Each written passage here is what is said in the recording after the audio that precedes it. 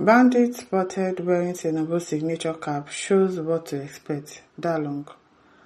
Solomon Dalung, the former Minister of Youth and Sport Development under former President Muhammadu Buhari, is a chieftain of the African Democratic Congress (ADC). In this interview with Chibuike, the former minister speaks on the sustained kidnapping and buyings in the country, the position of the federal government, and dangers ahead of the 2027 general election. The interviewer asked him, what is your take on the recent kidnapping of both schoolgirls and church members and the eventual release of some of them? Do you see it as a victory for the fight against insurgency? He said if they can ensure the release of some of the victims without actually arresting the people, it shows nothing has been achieved except the freedom of the victims. This is because BAND1TS said that they actually spoke to the bandits and they didn't want to go hard so that they would not hit or hurt the hostages. Nothing has been achieved except that some of the hostages regained freedom. The statement of the government as relayed by BAND1TS confirmed the level of partnership between the government and the criminal enterprise. Of course, Nigerians who had been skeptical of our positions, those in the struggle that has been accusing the government of not only being complicit but also complicit in enabling a fertile environment for terrorism, will definitely now, from that statement, choose where to think. The statement of the spokesperson of the president does not leave us in doubt. It confirms the fact that yes, the government is aware of the existence of terrorists. The government also has a communication link with them. The government also is very familiar with the protective environment that exists in the forest. The government has access to them. All these statements were contained in BAND1TS' press release. Therefore, the average conclusion now is that Nigerians have not been wrong to accuse this government of not only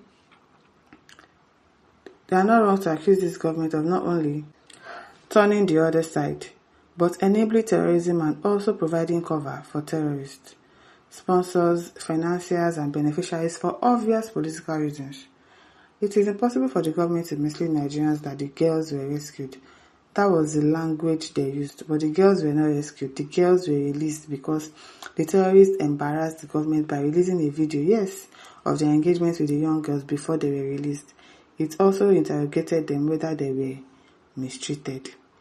The interviewer asked again, can you say the effort of the government in ensuring the release of some of the victims could be linked to the threat by Trump? He said, to me, this disposition and cultural relationship between the terrorists and the government, in my mind, is the bottom of suspicion that the kidnapping going on now could be managed by the government as a response to the issue of Donald Trump intervention. So suddenly the government has developed capacity now. Suddenly it has developed capacity in a stage to manage a comedy, organize abductions, and then rescue.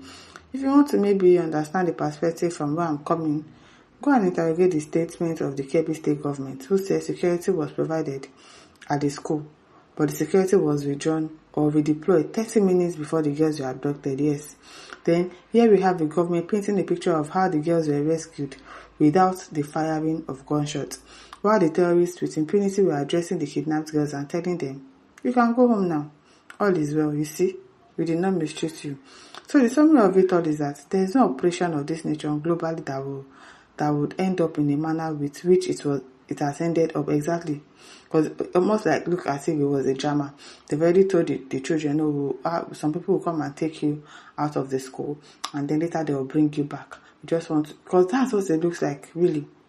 I know that Dalung is not all of them the same, but he's actually saying the truth. That is what it looks like. You deployed people to a school to watch them, and then 30 minutes later you told them to leave. And then bandits came to the school to kidnap school students, and then later the girls were released to you. You said you went to rescue them. How did you rescue them? Says well. So the summary of it all is that there is no operation of this nature globally that will end up in that manner.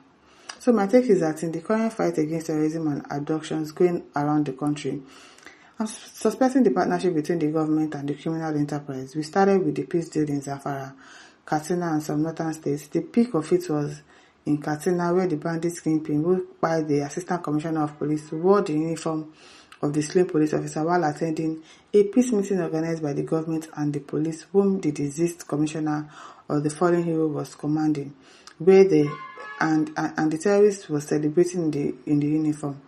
So in Tinubu's Nigeria, good people are in danger. We must know this. It is very clear now that, from what I can see, these criminals may end up campaigning for Tinubu in 2027. That is the political motive of all these things, because I saw in one of the pictures where a bandit was wearing a Tinubu signature cap in the bush, and the political class could not respond or react to that. Bandits are already wearing that cap that ministers are wearing, the president is wearing.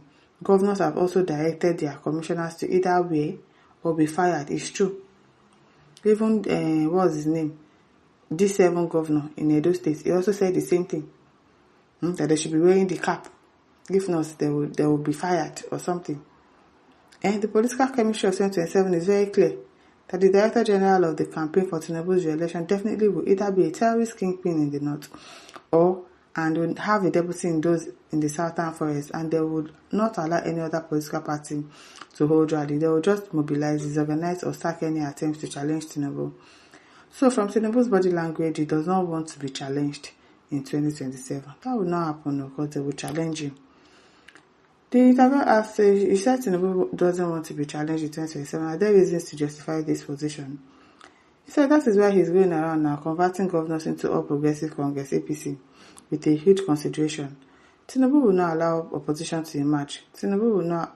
That is why Wike has abandoned his responsibility as the Minister of the Federal Capital Territory. He is now the warlord of the fight to destroy PDP. He has not pretended. He said for the PDP to have peace, they must admit that they would either not field any candidate in 2027 or they will allow him to field a weak candidate. You can imagine. So in summary, Nigeria is heading to monarchy, whereby President Tinubu has started successfully reinstalling himself in 2027, will emerge as the supreme leader and the monarch of Nigeria, because at the end of the day, that is what it will happen. If they can make the country a one-party state, one-party country, what's remaining? It will just be really us now. They go. There will no election again, nothing again. If other political parties are going to exist, they will exist at his mercy. He has captured the National Assembly, and the National Assembly will pass any law for, except law that will empower him to fight terrorists. I also congratulate the National Assembly for coming back from the dinner organized by them, to them by their mother, the wife of the president, which was announced by the Senate president. In fact, the excitement exhibited by the members of the National Assembly was so monumental. If such a deal and vigor were deployed to good lawmaking, Nigeria would have been a safe country. So you can see where we are heading to. So as one who has always been telling Nigerians what will happen to them, Nigerians should prepare for the installation of a supreme leader, and that's what will happen at the end of the day, if we allow these people to continue to do this thing that they are doing. To all my listeners, what do you think? Don't forget to like, to share, to subscribe. Thank you for listening. See you some other time. Bye.